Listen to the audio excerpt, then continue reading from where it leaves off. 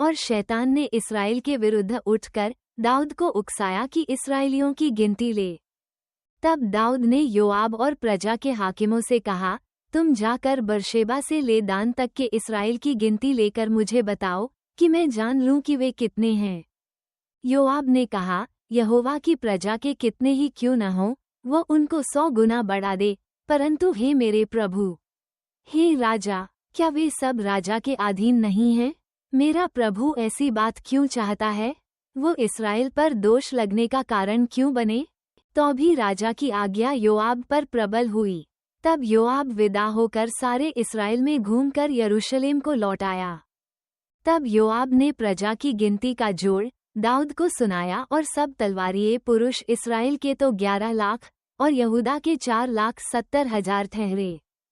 परंतु उनमें योआब ने लेवी और बिन्यामीन को न गिना, क्योंकि वो राजा की आज्ञा से घृणा करता था। और यह बात परमेश्वर को बुरी लगी, इसलिए उसने इस्राएल को मारा। और दाऊद ने परमेश्वर से कहा, ये काम जो मैंने किया वह महापाप है, परंतु अब अपने दास का अधर्म दूर कर, मुझसे तो बड़ी मूर्खता हुई है।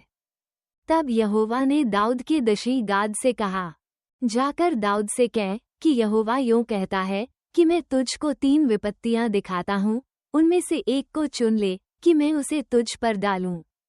तब गाद ने दाऊद के पास जाकर उससे कहा, यहोवा यूं कहता है कि जिसको तू चाहे उसे चुन ले।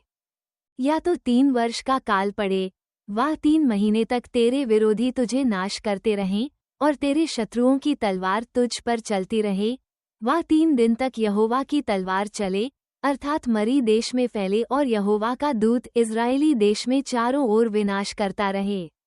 अब सोच कि मैं अपने भेजने वाले को क्या उत्तर दूं। दाऊद ने गाद से कहा, मैं बड़े संकट में पड़ा हूँ, मैं यहोवा के हाथ में पड़ूं, क्योंकि उसकी दया बहुत बड़ी है, परंतु मनुष्य के हाथ में मुझे पड़ना न पड़े। तब यहोवा ने इस्राएल में मरी फैलाई और इस्राएल में 70,000 पुरुष मर मिटे। फिर परमेश्वर ने एक दूत यरूशलेम को भी उसे नाश करने को भेजा, और वह नाश करने ही पर था कि यहोवा दुःख देने से खेदित हुआ और नाश करने वाले दूत से कहा, बस कर, अब अपना हाथ खींच ले। और यहोवा का दूत एबूसी ओर्नन के खलिहान के पास खड़ा था। और दाऊद ने आंखें उठाकर देखा कि यहोवा का दूत हाथ में खींची हुई और यरूशलेम के ऊपर बढ़ाई हुई एक तलवार लिए हुए आकाश के बीच खड़ा है। तब दाऊद और पुर्निये टाट पहने हुए मुंह के बल गिरे। तब दाऊद ने परमेश्वर से कहा, जिसने प्रजा की गिनती लेने की आज्ञा दी थी, वह क्या मैं नहीं हूँ? हाँ, जिसने पाप किया और बहुत बुराई की है, वह तो मैं ही हूँ। परंतु इन भेड़ बकरियों ने क्या किया है? इसलिए हे मेरे परमेश्वर यहोवा, तेरा हाथ मेरे पिता के घराने के विरुद्ध हो, परंतु तेरी प्रजा के विरुद्ध न हो कि वे मारे जाएं। तब यहोवा के दूत ने गाद को दाऊद से ये कहने की आज्ञा दी कि दाऊद चढ़ कर एबूसी ओर्नन के खलिहान में यहोवा की एक वेदी बनाए। गाद के इस वचन के अनुसार जो उसने यहोवा के नाम से कहा था, दाऊद चढ़ गया। तब ओर्नन ने पीछे फिर के दूत को देखा और उसके चारों बेटे जो उसके संग थे छिप गए। ओर्नन तो गेहूं दांवता था। जब दाऊद ओर्नन के पास आया, तब ओर्नन ने दृष्टि करके दाऊद को देखा और खलिहान से बाहर जाकर भूमि तक झुककर दाऊद को दंडवत किया। तब दाऊद ने ओर्नन से कहा, उस खलिहान का स्थान मुझे दे दे कि मैं उस पर यहोवा को एक वेदी बनाऊं, उसका पूरा दाम लेकर उसे मुझको दे कि यह विपित प्रजा पर से दूर की जाए। ओर्नन ने दाऊद से कहा, इसे ले ले और मेरे प्रभु राजा को जो कुछ भाए वह वही करे।